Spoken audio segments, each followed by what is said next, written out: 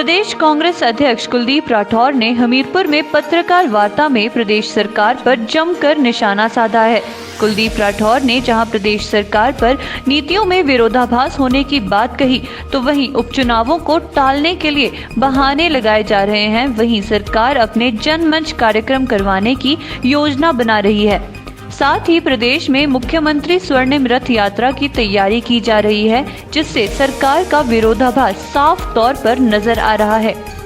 कुलदीप राठौर ने कहा कि सेब बागबानों का शोषण सरेआम हो रहा है और सरकार की शय में अदानी सेब बागबानों को लूटने में लगे हुए हैं। उन्होंने कहा कि सेब बागबानों को अच्छे दाम देने के वायदों को भुलाकर अब मनमानी की जा रही है और हाल ही में तय दाम पिछले साल से भी बहुत कम है, जिससे बागबान चिंतित है।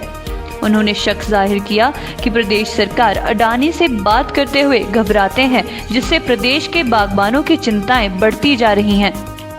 कोविड टीकाकरण के आंकड़ों पर शक जाहिर करते हुए कुलदीप राठौर ने कहा कि प्रदेश सरकार ने आधे अधूरे आंकड़े प्रस्तुत किए हैं और अभी बहुत सारे लोगों को पहली डोज नहीं लगी है। उन्होंने कहा पीएम मोदी जल्दबाजी नहीं करते और दूसरी डोज लगने के बाद सीएम को बधाई देनी चाहिए थी।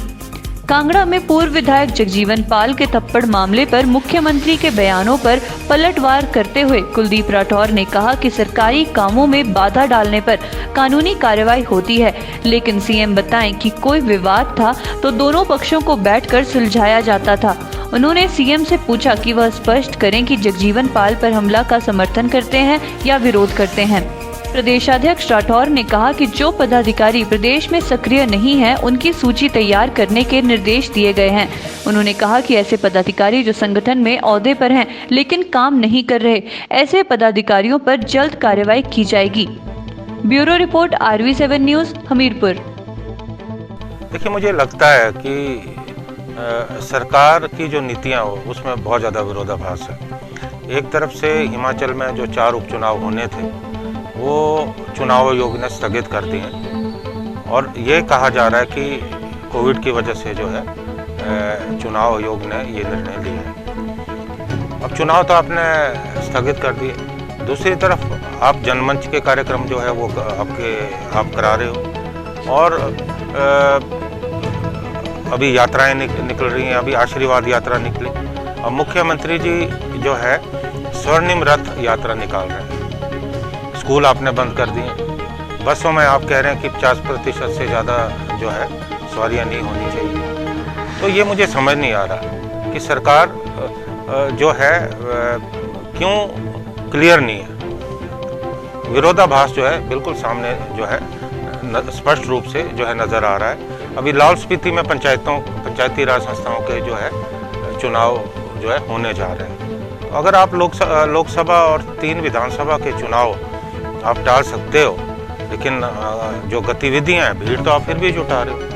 तो ये सरकार की नीति जो है स्पष्ट नहीं है। देखिए, मैं ये कहना चाहता हूँ कि अगर सरकारी कार्यों में कोई बाधा डालता है, उसके लिए अलग से नियम है, कानून है, पुलिस एक्शन करती है। अगर कोई सरकारी कार्यों में बाधा डालता है तो उसकी पिटाई होगी। और उन्होंने कौन सी बाधा डाली है? वो उस क्षेत्र के नेता हैं, पूर्व में विधायक रहे हैं, CPS रहे हैं।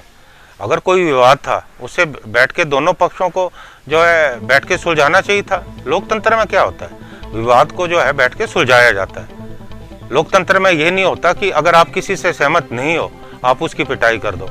तो मैं तो मुख्यमंत्री जी से पूछना चाहता हूँ कि वो पहले ये स्पष्ट करे कि जगजीवन पाल पे जो हमला हुआ उसका समर्थन करते हैं या विरोध करते हैं। मुख्यमंत्री जी बताएं। देखिए, ये स्पष्ट था जिस ढंग से कांग्रेस पार्टी की एकजुटता बढ़ी है। हमारी सभाओं में जो है लोगों की भीड़ उमड़ रही थी और हिमाचल प्रदेश में जो परिस्थितियां बनी हैं, लोग भारतीय जनता पार्टी से नाराज हैं, तंग हैं। समाज का हर वर्ग इनसे परेशान है और इनके शासन से निजात पाना चाहता है। तो निश्चित तौर पे भारतीय जनता पार्टी की 4 सीटों पे जो है पराजय तय थी, इसलिए जानबूझकर ये चुनाव जो है टाले गए।